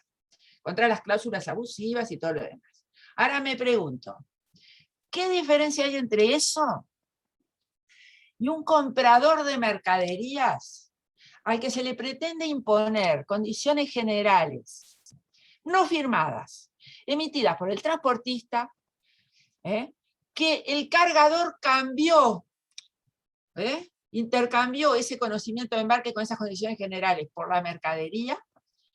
Porque siempre que le entreguen el conocimiento de embarque limpio, el cargador, que es el vendedor, va al banco y cobra la letra de cambio. ¿Ah? Y ya no le importa más nada lo que pasa con la mercadería. Si se la roban, si se les cae por la borda, no le importa más nada al vendedor. ¿Ah? Y el destinatario de esa mercadería que la compró ya la pagó, por supuesto, ya la pagó. Resulta que cuando abren el contenedor hay piedras y arena que los peritajes dan que son de la costa de la Florida. Ahí suele pasar, ha habido casos en Montevideo, por eso pongo ese ejemplo. Porque se robaron todo y metieron eso para que el peso del contenedor, cuyos precintos fueron rearmados, de lo mismo. Entonces no se note hasta el final que hubo una estafa. Ah, pero es comerciante. Y si es comerciante, arreglate como Dios te ayude. Vale la autonomía. ¿Y qué te pusieron en la autonomía? Y yo compré $10.000 de cosas que importé, pero me dice que tengo que ir a reclamar a los tribunales de Londres y que se aplica el derecho inglés. ¿Y por qué? Y porque desde Sir Walter Raleigh son los dueños de los mares, ¿no? Y entonces hacen lo que quieren e imponen las condiciones que se les ocurra. Pero es preciosa la autonomía de la voluntad. Hay una cláusula que dice ley tribunal inglés, así que vaya a reclamar al otro. O sea, es una denegación de justicia. Por eso me gusta el foro de necesidad. Porque el foro de necesidad tiene que ver con los montos. Yo les voy a contar un caso concreto de un cliente de Fernando. Bueno, una empresa argentina agropecuaria importaba productos agroquímicos de no sé dónde, de Europa. Entonces, a través de un contrato de fletamento. O sea, fletaba la bodega entera del buque. ¿Tá? Ejemplo. Entonces, el productor uruguayo, ¿qué importaba? Importaba unos kilitos. El buque le hacía la gauchada, cuando pasaba por el puerto de Montevideo, enchufaba la manguera y descargaba unos pocos kilos. Porque Uruguay no tiene dimensiones como para un buque entero. El buque entero iba todo para Argentina. Bueno, cada vez que les cargaban le faltaba. Entonces, en un monto de, yo qué sé, de $50.000, que te falten 5, 6, 7.000 dólares, pesa. Ese monto no da para ir a reclamar a ningún lado. Al juzgado de paz de la esquina, más nada, porque si no es mayor el costo de la reclamación que lo que estás reclamando. Entonces, a ver, ¿a qué voy con todo esto? Con que la autonomía de la voluntad debería limitarse a los contratos paritarios, libremente negociados y libremente consentidos. ¿Saben lo que he visto yo con mis propios ojos? Tendría que tacharle los nombres y eso y mostrarles alguno que tengo por ahí. He visto conocimientos de embarque donde las condiciones generales están firmadas arriba. ¿Cómo les puedo decir? Si este es el dorso del conocimiento de embarque, acá está la firma del cargador. ¿Por En qué? blanco, digamos. Y porque el transportista ya perdió 40 juicios porque le dijeron que las condiciones generales no estaban firmadas y por tanto no estaban consentidas. Entonces le dijo al cargador, no le subo la carga si no me firma el conocimiento. ¿Y dónde le firma el cargador? Acá arriba, como diciendo, firmo porque me obligan, pero no consiento nada. Pero seguimos defendiendo la autonomía sin límites. Sin límites, son comerciales. Sí. Por eso es bueno que se ponga siempre que no haya sido obtenido en forma abusiva y que la validez, tendríamos que haber agregado, como en el Protocolo de Buenos Aires, que la validez y efectos de la elección de foro se regirá por tal y cual derecho. Y en Argentina hemos puesto, no habiendo acuerdo válido de elección de foro. O sea, siempre se puede discutir la validez precisamente de la cláusula contractual o del acuerdo, pero es bueno ponerlo porque estamos acostumbrados a eso. Y yo también comparto que la autonomía es autonomía cuando hay paridad. Bueno, sin duda gracias. alguna. Muy bien. Vivimos de Bueno, ficciones. sí, Perdón, es verdad. Lidia. No, Perdón, tenemos yo una demasiado. pregunta. Ay, Tenemos qué una maravilla. pregunta Muy bien. de José Landi. Bueno, dice, ¿qué probabilidades se ven de que el proyecto de Código de Derecho Internacional Privado sea tratado por la legislatura argentina? Yo, sinceramente, que ninguna, creo que ninguna, porque además la propia Comisión Reformadora del Código Civil y Comercial, que redactaron las normas de Derecho Internacional Privado en la exposición de motivos y en la elevación, pusieron que habían tenido en cuenta las sabias manifestaciones o los sabios principios consagrados y algunas disposiciones también del Código, por el Código de Derecho Internacional Privado Argentino. De tal manera que yo creo que no hay posibilidad. Por supuesto que si a mí me pregunta, yo querría que hubiera un código y que fuera ese código, porque la verdad es que ese código del año 2002, 2003, fue muy bien elaborado, fue 10 juristas que se reunían continuamente. Yo tuve la fortuna de ser secretario de esa comisión, y entonces doy fe de todo lo que han elaborado y era todo completo, un sistema de las normas de derecho internacional privado, de la parte general, de jurisdicción, de algunos temas que obviamente están excluidos del Código Civil y Comercial porque no deberían ser tratados, etc. O sea, todo muy, muy bien, pero bueno, ya ha pasado tiempo. Ustedes saben que ese proyecto se presentó en un determinado periodo, luego cambió precisamente el gobierno y entonces el que había sido ministro de Justicia luego era la oposición y como diputado lo presentó, pero no tuvo ningún tratamiento, lo presentó 2 veces, en fin. La cuestión es que ojalá, no hay que perder las esperanzas de todas maneras, de ilusión también se vive, pero yo creo que ese proyecto de código no va a tener ninguna posibilidad por el momento, porque me van a decir, ya tenemos el Código Civil y Comercial, ¿para qué necesitamos? No podemos ahora modificar el Código Civil y Comercial, sacar otra vez la parte de Derecho Internacional Privado y mandarla a un código aparte. Ojalá algún día lo haya, algún día suceda. Como por ejemplo, les cuento que el doctor Piombo tiene proyectado desde hace tiempo una especie de ley modelo también a ser adoptada en todo el país en materia procesal internacional privado. Procesal, así como tenemos una ley de cooperación procesal en materia penal, cooperación internacional en materia penal, para que hubiera, respetando por supuesto el federalismo, por eso ley modelo, en materia de derecho procesal internacional privado. Ojalá que algún día pueda haberlo y que se pueda ir también uniformando y unificando los criterios procesales, porque si no se obsta a la libre circulación de sentencias. Pero esto es un cuento de otro momento, porque podríamos estar semanas, indudablemente, días, horas, semanas, meses, porque esto nos divierte mucho. Cada uno se divierte como quiere y como puede, nosotros Nos divertimos con el DIP.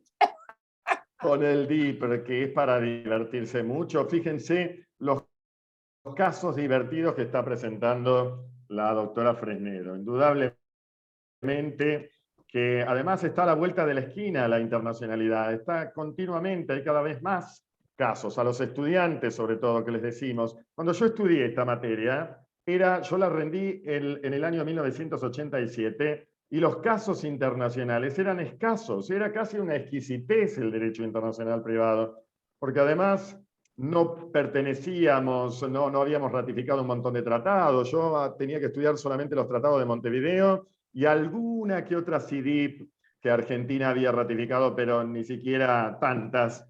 Y ahora tenemos, claro, los alumnos dirán, qué vivos, ustedes tuvieron que estudiar pocas fuentes, pero las tuvimos que aprender después, ¿no? Ahora tenemos cualquier cantidad, afortunadamente.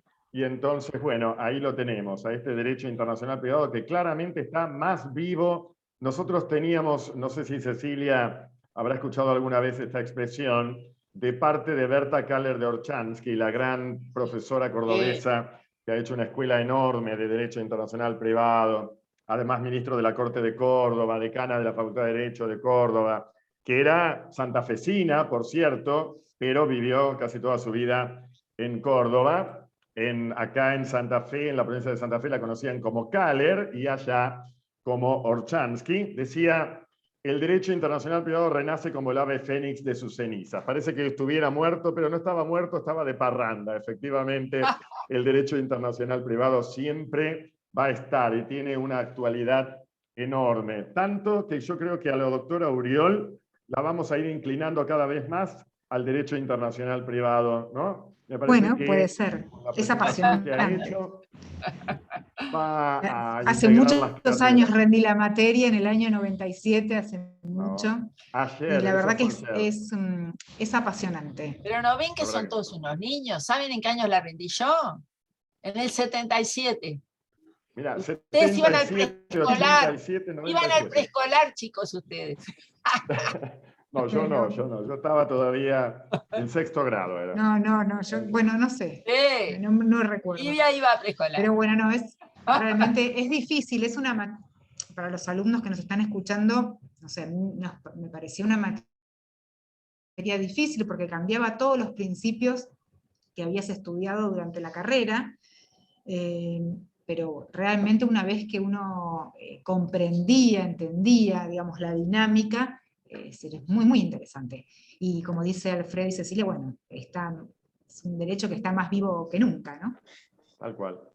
Yo te Bueno, quiero me hacer parece constar, sí, simplemente sí. esto, que la primera universidad fuera de Rosario en la que di clases fue precisamente y es la Universidad del Salvador. Yo estoy dando clases en la Universidad del Salvador desde 1988, en que íbamos los miércoles con el doctor Ciro Galdani a dar primero introducción al derecho, llegábamos a la tarde, dábamos introducción al derecho y luego nos metimos también en internacional privado. O sea que la Universidad del Salvador, que es tan querible, y ahora queremos al Centro de Estudios Salvador, sin duda alguna, a partir de este momento ya, de alguna manera, pero a partir de este momento lo queremos mucho.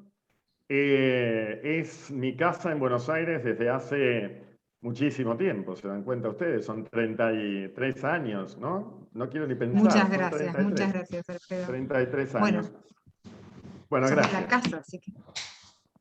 Sí, bueno, me parece que no hay más preguntas, no sé si quieren que, bueno, vamos terminando el encuentro, si les parece. Bueno, nada, agradecerles infinitamente sus exposiciones, su claridad, y bueno, y a todos los presentes por acompañarnos. Nos veremos en próximas oportunidades, si les parece. Muchísimas gracias y un aplauso para los dos. Gracias, Mariana, también por toda la colaboración que has tenido con nosotros. Muchas gracias. Muchísimas bueno, un gracias. placer. Hasta muy pronto. Cuidémonos todos para que nos podamos volver a ver presencialmente. Exactamente. Es que esperemos que sea pronto, ¿no? Ojalá que muchas sí. Gracias, que pasen gracias, bien. Muchas gracias. Un placer. A todos y Chao. esperamos en el futuro poder recibirnos presencialmente. Ojalá muy pronto. Ojalá que sí. Ojalá que sí. Bueno, ahí muy la bien, gente va saludando, va agradeciendo. Bueno, muchas gracias. Muchas gracias. Sí. Chau, Gracias chau. a todos por participar. Chau, un placer. Chao, chao. Chao, adiós.